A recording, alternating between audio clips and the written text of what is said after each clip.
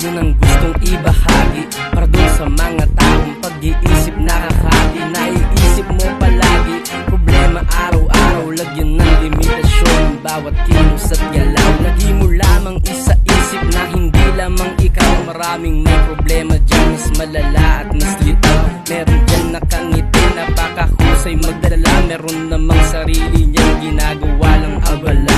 Maikli lamang ang buhay kaya piliin sumaya. Marapat na bumangon ka at maging aral sa iba. Marami kang magagawa para lang mapagpatuloy, kesa atupagin ang problema mo hindi na matukoy. Dapat bang idaan pa sa gantong klaseng diskusyon para lang matuto ka sa napakadaming lesyon? Kailan ka ba madadala sa mga maling desisyon? May hangganan ng lahat, tsaka may limitasyon.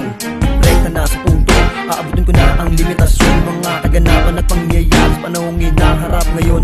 Eto na ang aking talima sa batang akuan tarima. Mga salita ang huli-hiwa, buksan ang isip mo at iwan. Pakinggan nyo ang saloobin na aking ilalabas ngayon. Wala nang limitasyon nangyayari sa ating nasyon. Limitado na ang kalayaan, din ang sipag mo sa loob ng bahay. Galit na sa akin si nanay dahil pasaway bilang panganay. Kaya't binuksan ang kaisipan at pinalawak ang kamalayan sa mga desisyon ko sa buhay na dapat ko panindigan. Bawat takbang sa daanan ng aking dakong paroroonan, tinata ang mahabang landas tungo sa katotohanan na kailangan ko nang kumilos nang hindi padalos-dalos at sumabay na lang sa agos para lamang mairaos. Mula sa kadenang nakagapos, tuloy pa rin kahit mapaos. Sinalubong ko ang bawat dagok ng mga problema na sa akin ay naging ating simula na gawin ang mga takdang aralin. Di ka na sagutin ang mga tanong kahit na ganon. Pagkakataon ay huwag palalampasin. Sa klase palaging ganado, nakinig sa turo ng guro. Nilaan ng todo ang puso at isip at hindi sumuko para lamang sa mga bagay matuto. Ako ay isang batang